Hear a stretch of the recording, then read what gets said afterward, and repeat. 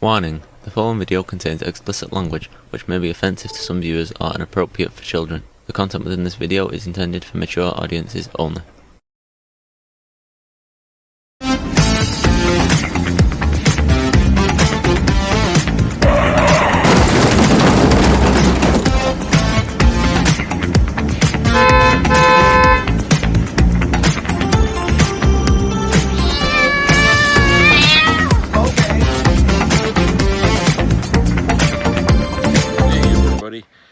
I want to play this video for y'all because I think it's a pretty good video. It's about 25 minutes long, and so I'm going to make that a, a video short here from my my program. So I hope you enjoy it. It's really positive, and I know I liked it. So here's the video. Donald Trump is going nuts right now as his campaign swirls the drain. He held a rally in Latrobe, Pennsylvania yesterday, and barely anybody even showed up, and his mental decline was on full display. Meanwhile, Vice President Kamala Harris held a massive rally in Atlanta, Georgia, as the campaign held other events with Barack Obama, Tim Walz, and Mark Cuban across the country. You can feel the momentum shift right now towards the vice president, and you can feel the utter desperation of the Trump campaign in their latest moves. My name is Brett Meiselas, here with the Midas Touch Network. Remember to hit subscribe. We are on our way to 3.5 million subscribers. Okay, first, I need you to see this. This was the crowd, or lack thereof, at Donald Trump's event in Pennsylvania. This reporter, Ryan Dito, said, took this video of the Trump rally in Westmoreland County, Pennsylvania, shortly before he said, "People as far as the eye can see." A lot of open space here. This is the smallest rally of his 5 in the Pittsburgh area he has held this year. Watch this. System, and it's a corrupt Justice Department, and it's a corrupt DA, corrupt Attorney Generals. They use it to get elected. Because you can't get elected with open borders, with transgender operations all over the place, with men playing in women's... Yikes, that's a lot of empty space at Donald Trump's rally. Really pathetic stuff. Now I want to show you the line to get into Vice President Kamala Harris's rally in Atlanta yesterday. This was hours before the event started. Watch this.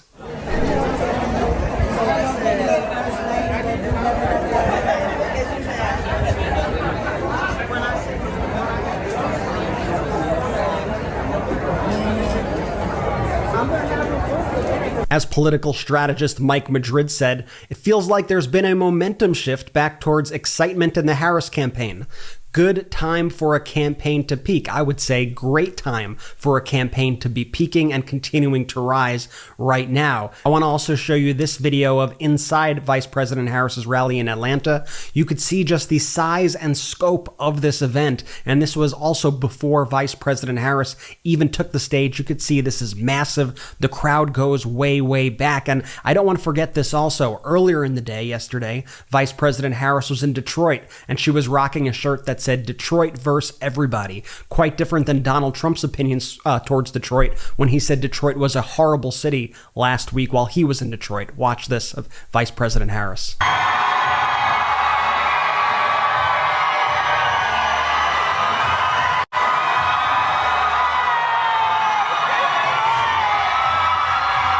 And then while Donald Trump was with Antonio Brown, a failed NFL player, mired in a lot of various legal issues, who blew basically all of his money, Vice President Kamala Harris was with music superstar Usher in Georgia, in his hometown.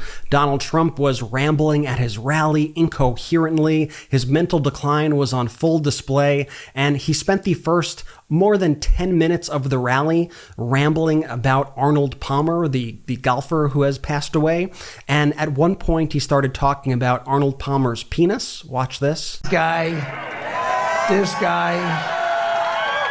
this is a guy that was all man. This man was strong and tough. And I refuse to say it, but when he took showers with the other pros, they came out of there, they said, "Oh my God, that's unbelievable." I had to say it. Yeah, that's just strange stuff. And this is not even the first time in the past few days that Donald Trump has brought up penises or penis-like terms. Even just a couple days ago, he was on a podcast, Dan Bongino's show, and he said that Harvey Weinstein was schlonged. It's interesting. I was so amazed that Harvey Weinstein got schlonged. He got hit as hard as you can get hit because he was sort of the king of the woke, right? Yeah. And yet he got hit. And I figured that maybe he wouldn't get hit so hard. But boy, did he get... you don't know him well. I don't know him well. But I watched that, and it was amazing. And speaking of Arnold Palmer, while Donald Trump talked about him for over 10 minutes, like I said before, it turns out Arnold Palmer was not even a fan of Donald Trump. Let me read you this. While Mr. Palmer had dealings with Mr. Trump over the years, Mr. Palmer's daughter, Peg Palmer, told Mr. Hauser that her father, quote, saw a different side of him during the presidential campaign. Quote, my dad didn't like people who act like they're better than other people, Miss Palmer said. He had no patience for people who are dishonest and cheat. My dad was disciplined. He wanted to be a good role model. He was appalled by Trump's lack of civility and what he began to see as Trump's lack of character. One moment stood out in her mind from the 2016 campaign when Mr. Palmer saw Mr. Trump on television.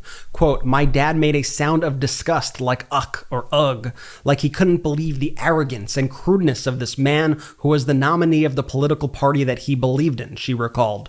Then he said, he's not as smart as we thought he was. What would my dad think of Donald Trump today, Miss Palmer asked herself. I think he would cringe. Yeah, and I was cringing while watching this entire Trump rally. It was a complete and utter mess, and he didn't even know what day it was. I'm not even kidding you. He did not know what day it was. He kept saying to the crowd repeatedly that he would get them out quickly so that they could watch the Steelers game tonight. Watch this.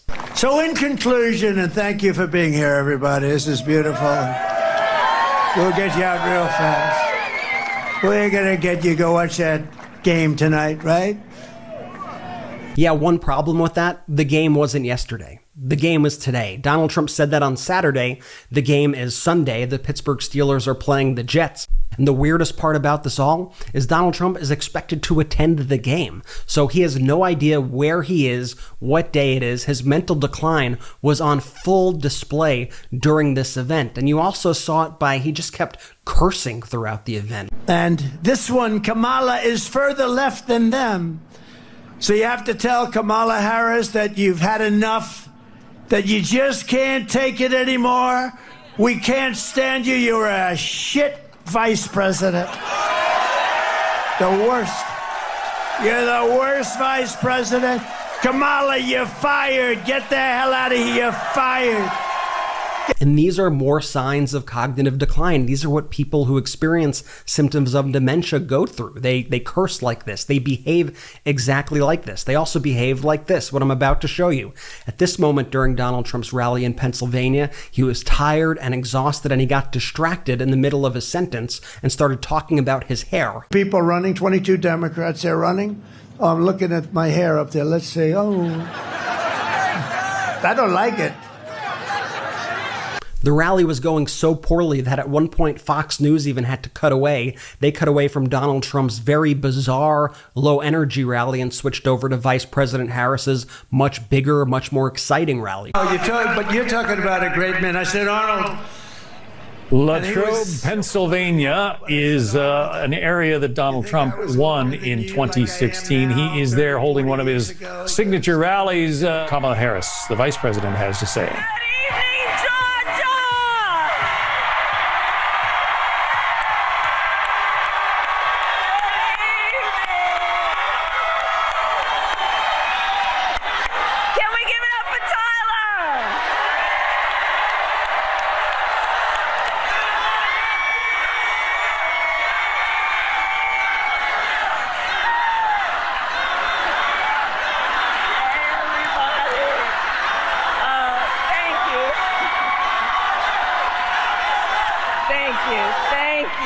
By the way, they weren't doing that at Fox because they wanted to check in with Vice President Kamala Harris. They were doing that to protect Donald Trump because what people were witnessing on that broadcast was a complete and utter disaster. By the way, I've been saying this is Donald Trump's closing message, talking about Arnold Palmer's penis, his closing message to the voters in Pennsylvania and across America. And it's not just me saying that this is his closing message. Donald Trump's own advisors are saying this is his closing message. Here it is right here. Jason Miller, senior advisor for Donald Trump, said the former president's speech Saturday in Pennsylvania is expected to be the beginning of his closing argument in the final stretch of the campaign. That is a bizarre closing argument, to say the least. The Harris-Walz campaign, who is completely on top of their game, doing a great job, immediately released this press release, rapid response, right after Donald Trump's horrendous event, and they wrote, "Trump's Pennsylvania closing argument is literal junk." In a Pennsylvania rally speech, his campaign team billed as the beginning of his closing argument in the final stretch, Donald Trump focused on the issue most important to voters in this election, a deceased golfer's anatomy. Yeah, this is getting really weird, but you know what's so frustrating to me? It's that the media does not know how to meet this moment at all. The corporate media is just failing day in and day out. You saw the clips that I just played of Donald Trump's rally, and it only got worse from there, quite frankly. But this is how the New York Times covered it. They wrote, Donald Trump opened his rally at the Arnold Palmer Airport in Latrobe, Pennsylvania, with a 10-minute monologue about the golfer for which the airport is named and who grew up here.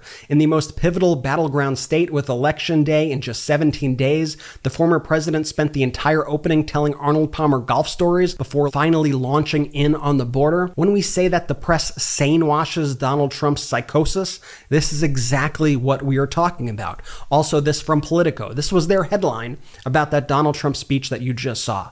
They wrote, Trump appears energetic in scattered Pennsylvania speech. Energetic. He was low energy the whole time. What are we doing here? What are we doing here? Vice President Harris was rightfully calling out Donald Trump's unhinged behavior in a press conference yesterday. Check this out. He's becoming increasingly unstable and unhinged, and it requires that response. I think the American people are seeing it, witnessing it in real time, and we must take note of the fact that this is an individual who wants to be president of the United States. And I think the American people deserve better than someone who actually seems to be unstable. And now let me show you what desperation looks like in the Trump campaign. Basically, the Trump campaign has handed all of their on-the-ground operations in states like Pennsylvania to Elon Musk. They put Elon Musk in charge. And so in Harrisburg, Pennsylvania, we saw Elon Musk yesterday hand a $1 million check to a voter chosen at random, supposedly, from co-signers of his, quote, free speech and right to bear arms petition that he's doing out. And he said that he's going to give a person in Pennsylvania $1 million each day up until Election Day if they sign his petition. The winner said, thanks, Elon. This is really great. I don't know how this is legal. Let me just say this. If your candidate is winning, you would not have to pay people $1 million to get involved. This is the epitome of corruption. It's quite frankly everything the Republicans have ever said about, George Soros and all these kind of billionaires that support Democrats. It's all their conspiracy theories about those people. That is exactly what Elon Musk is doing right now, right out in the open. By the way, here's what Donald Trump gets for entrusting Elon Musk with this scheme. Here's from The Guardian. Trump may fail to reach thousands of voters in Arizona and Nevada, with roughly 25% of door knocks done by Elon Musk's America PAC this week flagged internally as potentially fraudulent per leaked data and people familiar. The Guardian writes the potentially fake door knocks, when canvassers falsely claim to have visited a home, could present a serious setback for Trump as he and Kamala Harris remain even in the polls with fewer than 20 days until an election. The Trump campaign earlier this year outsourced the bulk of its ground game to America PAC, the political action committee founded by Elon Musk, betting that spending millions to turn out Trump supporters, especially those who don't typically vote, would boost returns. But leaked America PAC data obtained by The Guardian shows that roughly 24% of the door knocks in Arizona and 25% of the door knocks in Nevada this week were flagged under, quote, unusual survey logs by the campaign sidekick canvassing app. And as Donald Trump's campaign operation becomes undone, he and his surrogates are posting the most unhinged, desperate things on social media to try to, I guess, win support. To me, it's doing the exact opposite. Like Nancy Mace, for example, you could see here, Republican Congresswoman wrote, "Trump will protect women." Really, this is your strategy? Donald Trump reposted this. I don't think the guy who set back women's rights by decades and is constantly attacking women and who is a sexual assaulter, I don't think that is the person who will protect women. This stuff is not going to work. Here's another thing that Donald Trump reposted on his social media app. If you vote for Trump, you also get RFK Jr., JD Vance, Elon Musk, Tulsi Gabbard, Tucker Carlson, Nicole Shanahan, and Vivek Ramaswamy. If you vote for Kamala, what do you get? Vote for your children. I think Kamala should just run this as an ad. This is one of the best ads for Kamala Harris that I could imagine. You could take all of those people.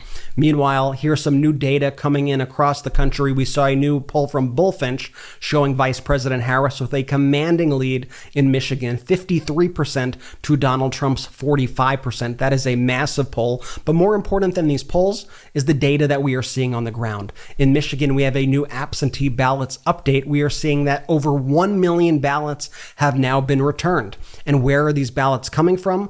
Mostly from Detroit. The top municipality submitting ballots right now is Detroit, and the top county submitting ballots is Wayne County. This bodes very well for Vice President Harris and the Democrats. And we're seeing such incredible energy across the country. Like, this is so amazing. This was the North Carolina Central University students. They hosted a Soar to the Polls event with a marching band, and just look at how many people were there marching to the polls this weekend. Check this out.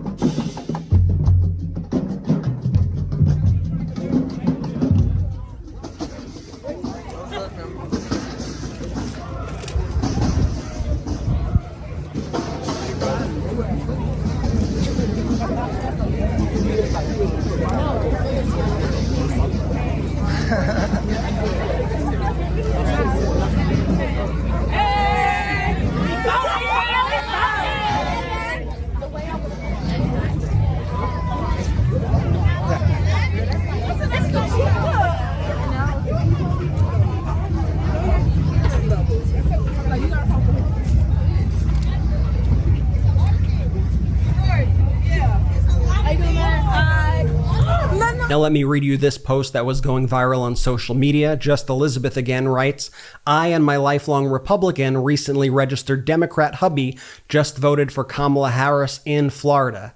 Let's frickin' go." As Mike Madrid says, drip, drip, drip. We are seeing a lot of this across the country. So I think even when we see Republican ballots being returned, quite frankly, early, a lot of those ballots can be ballots for Democrats, Republicans crossing over and voting for Vice President Kamala Harris. And we are seeing record turnout right now across the country, and high turnout is very good for the Democrats and for Vice President Kamala Harris. Saturday was the first day of early voting in the state of Nevada, and I want to show you this comparison for one moment. In 2020, roughly 27,000 voters turned out to vote in Clark County on the first day of early voting, and the Democrats won by 7 points. Yesterday, the first day of early voting, over 28,000 people voted. More people voted early in 2024 than in 2020. That's a big, big, big deal. And speaking of Nevada, former President Barack Obama was in Nevada campaigning for Vice President Kamala Harris yesterday. And check out this crowd in Nevada for former President Obama before he took the stage. You could see right here also, you see all the people wearing purple. Those are SEIU union members who came out to support. They began the day doing get out the vote operations, knocking on doors for Vice President Harris, and then they attended this rally. We are seeing such incredible energy across the country. Now, I want to go back to some powerful moments right here from Vice President Harris's speech in Atlanta. I thought it was a total game changer of a speech, quite frankly, at the perfect time. And I want to show you this moment, which was so powerful. Vice President Harris was there, and so was Amber Thurman's family. Amber Thurman was the woman who died because she could not access abortion care in Georgia. Watch this moment. And Amber's family, including her parents, Shanette and Andre, are here with us tonight.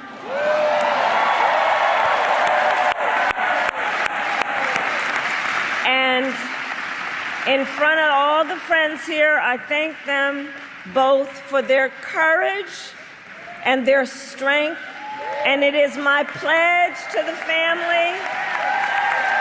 Thank you.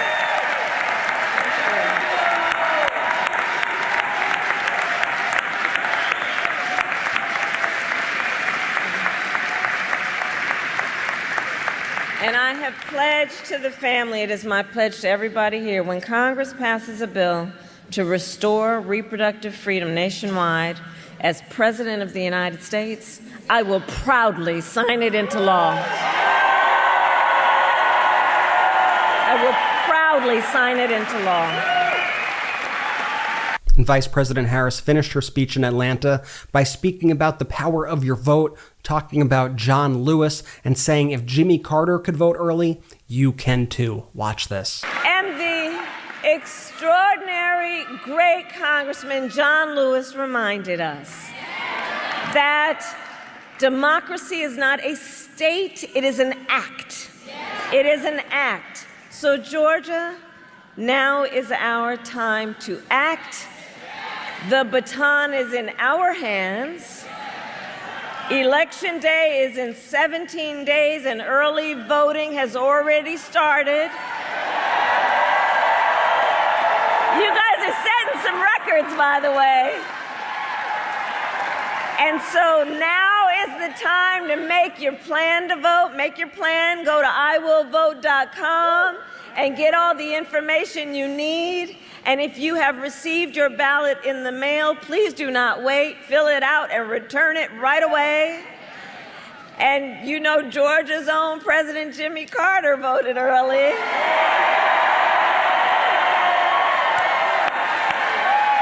Bless him. Just days after his 100th birthday. So look, if Jimmy Carter can vote early, you can too.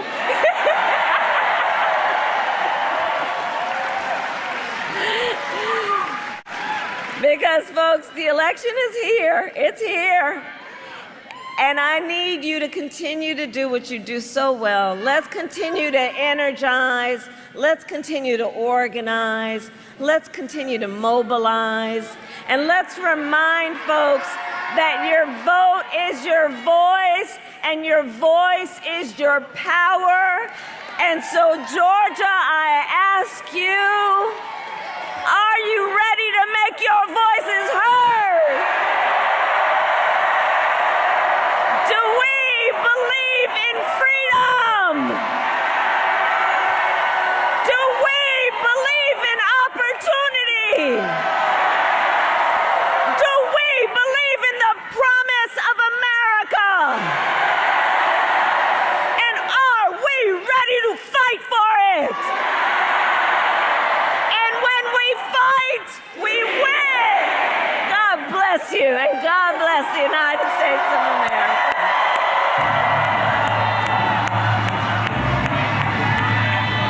And then I got to show you this voter here who has a message for Donald Trump. Check this out. Hey, Donald J. I got my mail-in ballot, and I've got it filled out, and I am voting for Kamala Harris and Tim Walz. Not you, old buddy. Ha, ha, ha! Hey, everybody, vote blue. Vote blue. So are you feeling this momentum right now? Do you see what is happening on the ground?